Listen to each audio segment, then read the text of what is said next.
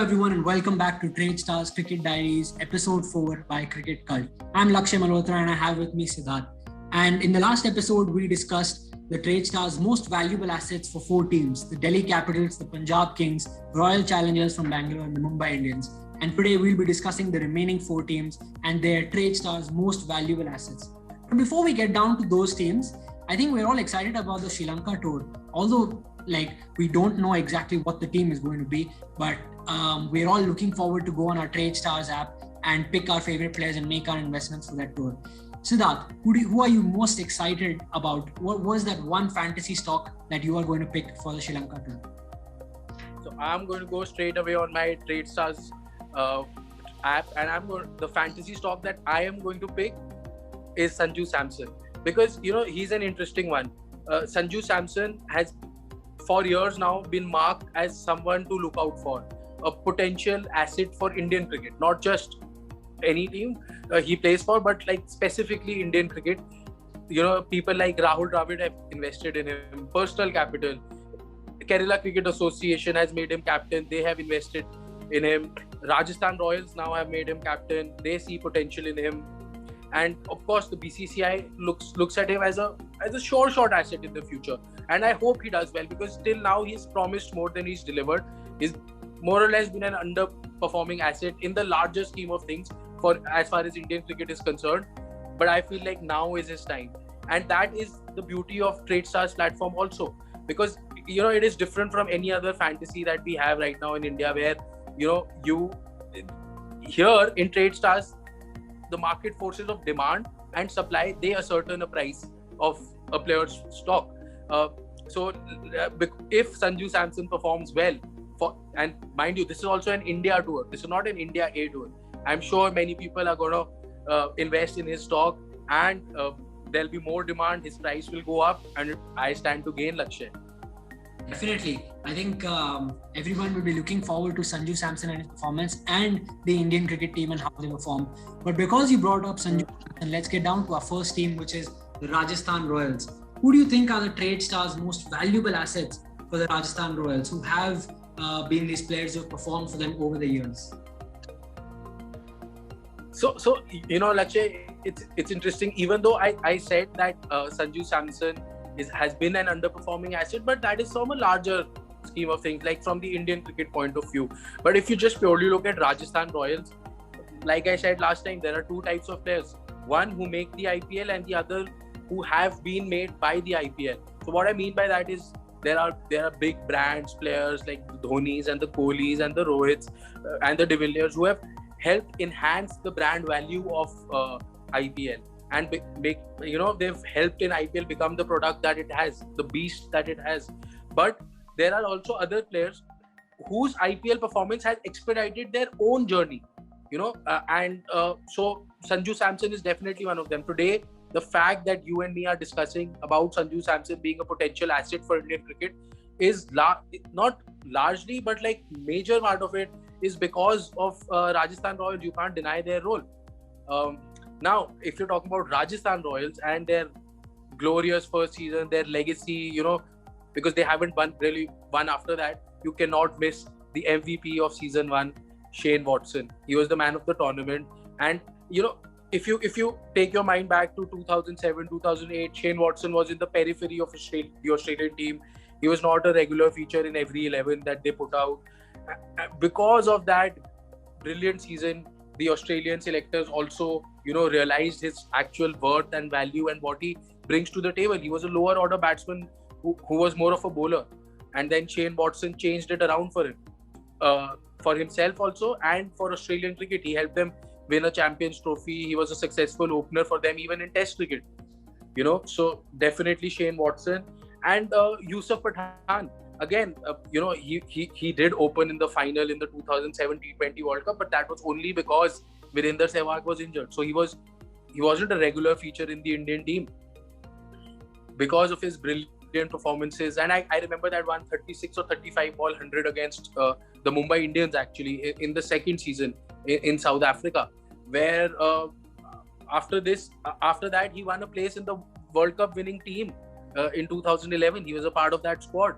So again, just look at the growth. and again, Rajasthan Royals played a huge part in it. So these three players definitely come to mind. But which team have you got now, Lakshay? I think because you've talked about the Rajasthan Royals, and they've had a glorious season in 2008, but after that, they haven't really won a trophy. Let's talk about a team that loves making it to the final and loves winning trophies, and that's the Chennai Super Kings. I think if there are two people that really know the meaning of the word investment and showing faith in players and believing in players, that's MS Dhoni and Fleming. I think that they've constantly over the years believed and backed their players, and they've seen the results for it. So I think the first name that comes to my mind is Dwayne Bravo. I think he's been a phenomenal asset for the Chennai Super Kings. People usually look at stats, and that's how they get their idea and perception of their player and their value of that player. But I think Dwayne Bravo has performed for CSK over the years in so many little ways that has really, put that image or that perception in the mind of the CSK fans and Dhoni that he's one of the most important assets and players for the CSK. For example, his innings against Dolphins. So it was a batting paradise, and CSK put up 240, and Dolphins 115 in 10 overs or something. And now comes Dwayne Bravo and gets only 2 runs in 2 overs and picks up a wicket or 2 and changes the game completely. He's a fantastic fielder, a fantastic bowler, and is very handy with the bat at the end when he scores that 20 of 8 or 30 of 15 or odd balls. Definitely. I think definitely Dwayne Bravo is going to be one of my most valuable assets. But I think another one is the local boy who played for Chennai Super Kings, now plays for Delhi Capitals, and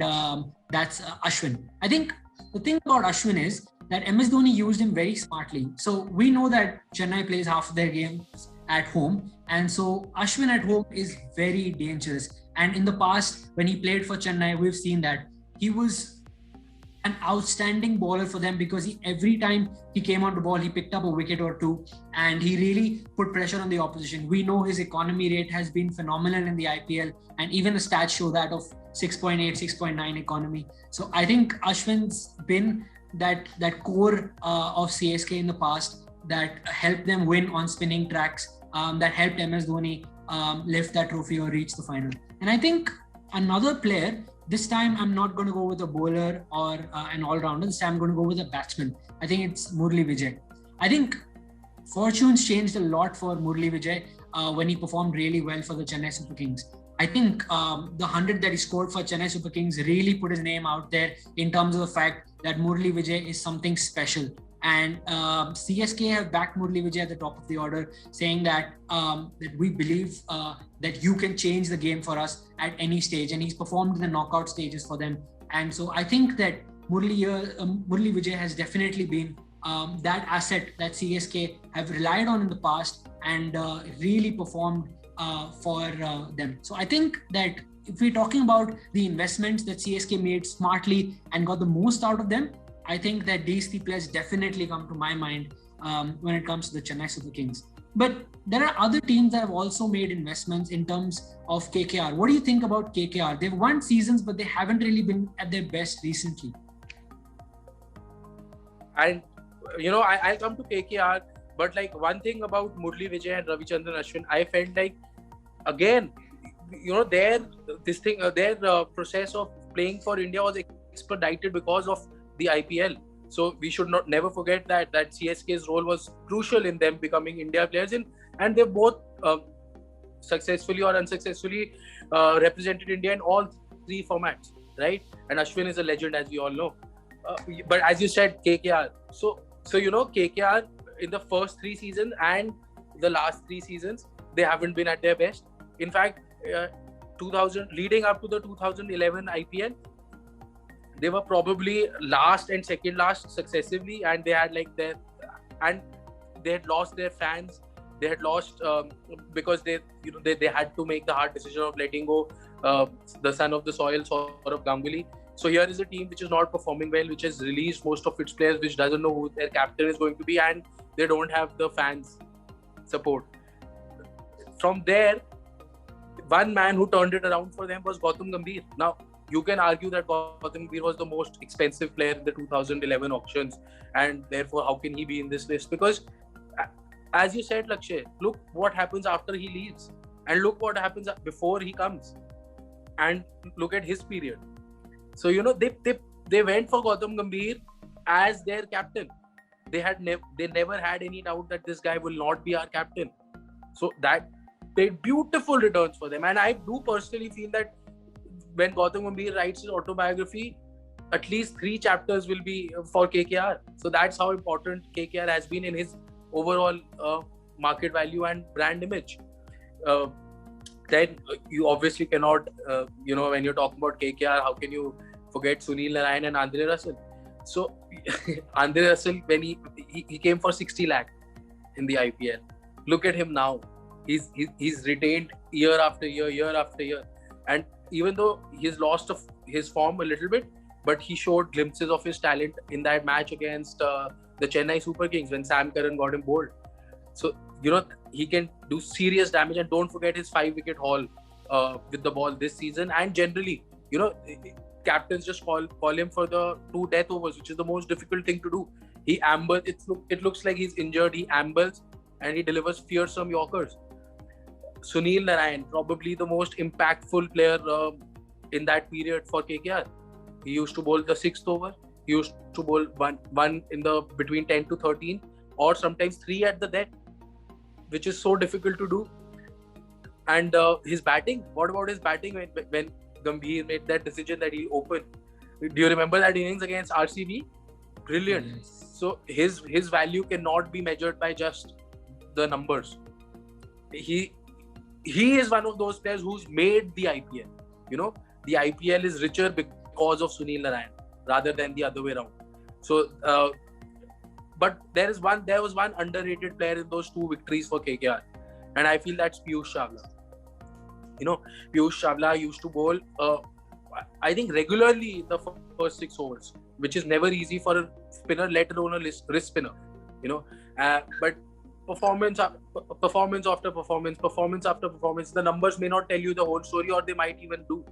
But he bowled in those difficult circumstances, and he did beautifully well for them. And don't forget his 6 of Mitchell Johnson in 2014. That was probably the most important 6 he had hit in his life. So these are probably my 4 players for KKR. Now we have one team remaining, and that is SRH. So take the stage. Definitely. Before I speak about SRH, I don't think anybody can forget that hook shot of Mitchell Johnson. I think everyone remembers how KKR took that away from them. Let's come down to SRH then. I think if we talk about investments and assets for SRH, you mentioned Gautam Gambhir and how the tides and the tables turned for KKR when they picked the right captain and the right left-handed opening batsman. I think the same applies to SRH. I think they picked the right left-handed opening batsman who was their captain, and I think that's David Warner. So I think this is interesting because I think David Warner is the Mumbai Indians of players, and the reason for that is because he wins the orange cap every alternate season. So he wins it he wins it in those years, and he loses it, he wins it again. So 3-time orange cap winner. I think David Warner has been phenomenal for the Sunrisers Hyderabad. And if Virat Kohli didn't have that exceptional season, he would have won the orange cap there as well. I think what makes him fabulous is the fact that obviously we know he's a great batsman and nobody will ever justify why Delhi left him.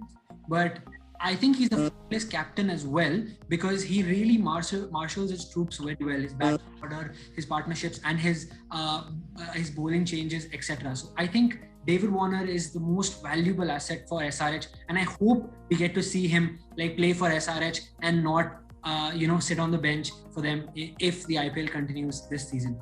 But I think the other player apart from David Warner would be Bhuvneshwar Kumar. I think Bhuvneshwar Kumar and David Warner have one thing in common. Both of them love winning caps, whether it's the orange cap or it's the purple cap. I think winning, probably he's the only one who's defended his purple cap. So Bhuvneshwar Kumar, when he won in 2016 and 17, and he's that bowler who people think, okay, if we play him out initially in the first 6 overs and tackle his swing, maybe we won't necessarily see the best of him, but he comes at the death and he bowls those Yorkers, those slower ones, and he uses his cricketing brain and shows us his experience and gets those wickets to prove to us that why he's such an important asset for the Sunrisers Hyderabad. I think those 24, 26 wickets in those 2 years, winning those purple caps and constantly performing for SRH, not only in the first 6 overs, but in the last 6 overs with all his bag of tricks, definitely puts him up there. I think leaves us for one player only, the one player that changed the way Afghanistan cricket is being looked at today, and that's Rashid Khan. Rashid Khan is such a phenomenal bowler because usually like leg spinners, and this is what Shane Warne and Rashid Khan had a conversation, usually leg spinners use their wrist and have 3 variations at max.